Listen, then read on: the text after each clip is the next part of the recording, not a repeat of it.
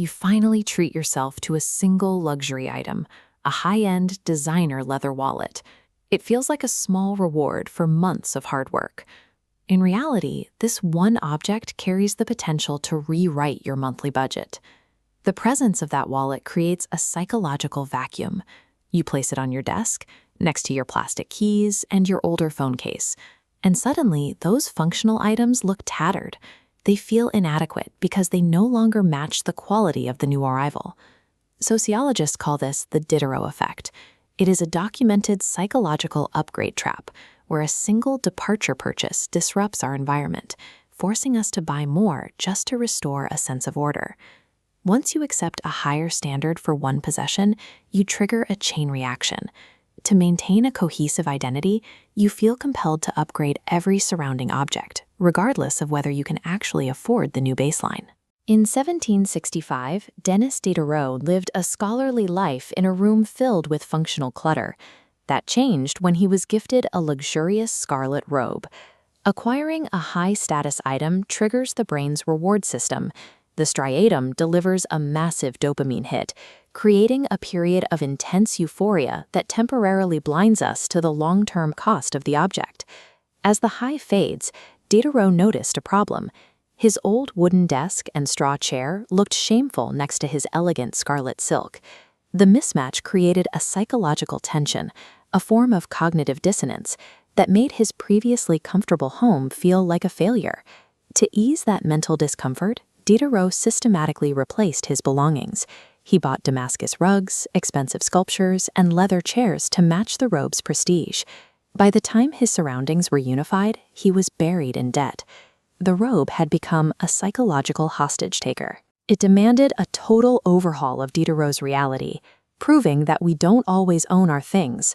Sometimes our things end up owning us. We rarely consume items in isolation. We buy them in Diderot unities, groups of products signaling a specific social tier. When one luxury item enters a budget tier life, it breaks that unity, creating powerful psychological pressure to upgrade the rest of the set to match. This pressure drives the torn feet in expensive shoes syndrome. Individuals often sacrifice their actual financial security and daily comfort just to maintain an external persona that matches their most expensive possession. Modern commerce has weaponized this vulnerability.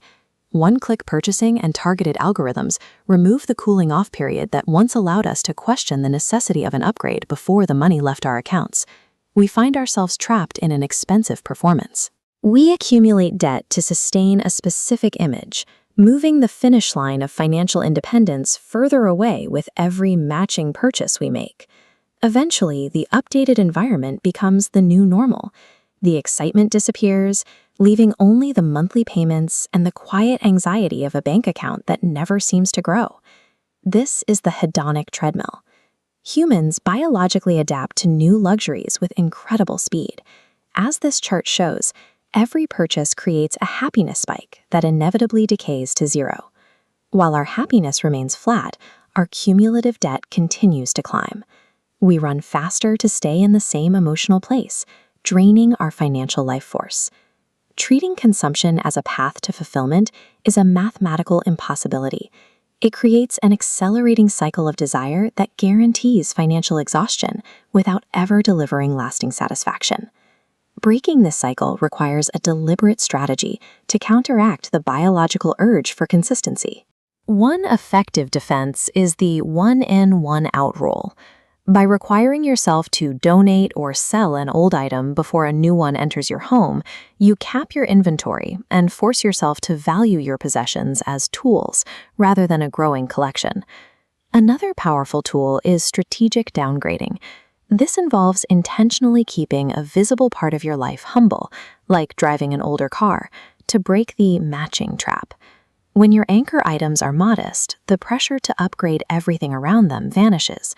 By accepting aesthetic imperfection and refusing to match every item to a luxury standard, you destroy the tension that drives lifestyle inflation. You regain control over your spending. Ancient philosophy offers a final solution in the concept of aparigraha, or non-attachment. It suggests that true power is found in the ability to want less, rather than the temporary capacity to acquire more. There is a profound difference between the fragility of a curated material performance and the quiet, undeniable freedom of a healthy bank balance. One is a prison of appearances, the other is the foundation of a peaceful life. Recognize that not every high-end object is a reward. Some are Trojan horses designed to invite a never-ending line of expensive replacements into your home. Escaping the show-off economy starts with a single decision to prioritize your future over your image.